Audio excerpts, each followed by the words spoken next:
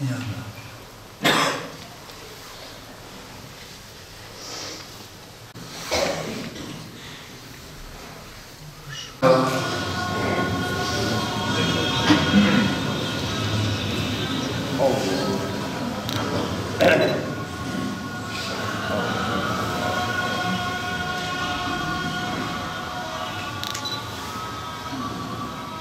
بسم الله الرحمن الرحيم الحمد لله رب العالمين الرحمن الرحيم مالك يوم الدين إياك نعبد وإياك نستعين اهدنا الصراط المستقيم صراط الذين أنعمت عليهم غير المغضوب عليهم ولا الضالين.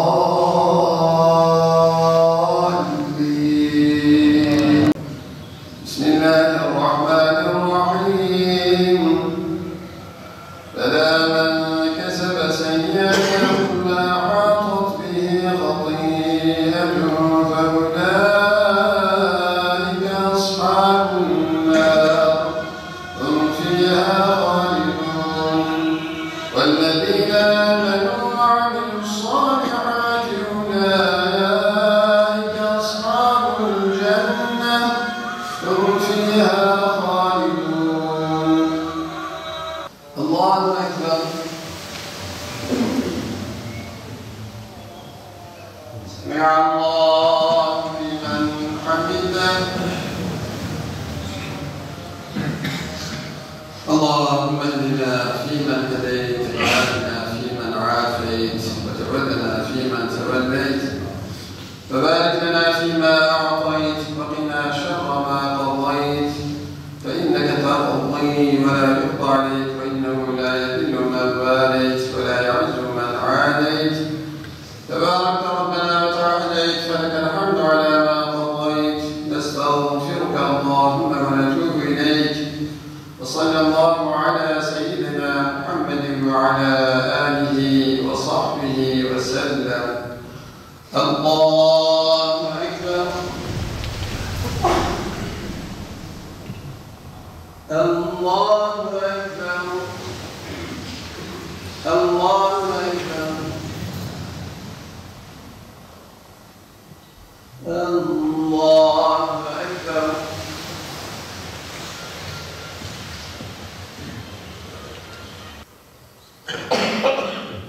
السلام عليكم ورحمة الله.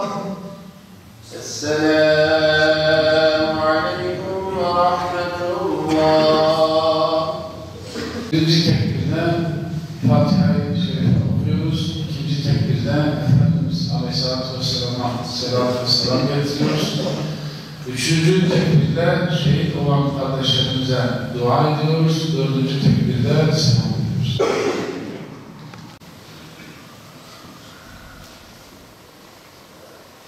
Allahu Ekber.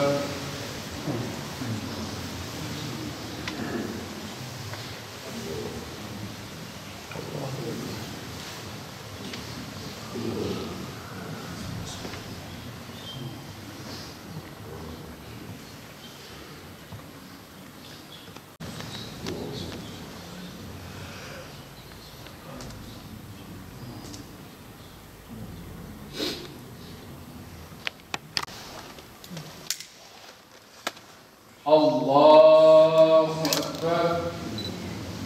Esselamu Aleyküm ve Rahmetullah. Esselamu Aleyküm ve Rahmetullah.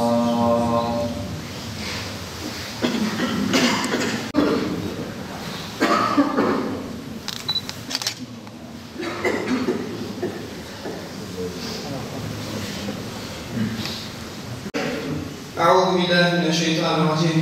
بسم الله الرحمن الرحيم. الحمد لله رب العالمين والصلاة والسلام على رسولنا محمد وعلى آله وأصحابه أجمعين.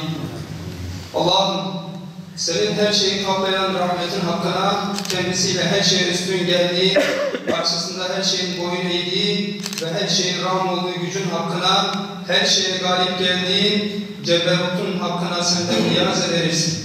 Kaybetme korkusuyla İsrail'e ve Amerika'ya uşaklık eden kral ve melikleri, İslam beldelerine bela olmuş gasip liderleri kahreyle, saltanatlarını darmadağın eyle, onlara bu dünyada Yahudi'ye uşaklık etmenin acı zilletini tattır. Allah'ım İslam'ı ve Müslümanları güçlendir, onları bir araya getir, saflarını birleştir. Allah'ım Müslümanları yeniden güzel bir dönüş ile gönderdiğin hak dine döndür. Allah'ım tüm yeryüzünde senin dinin için mücadele veren mücahitlere yardım et.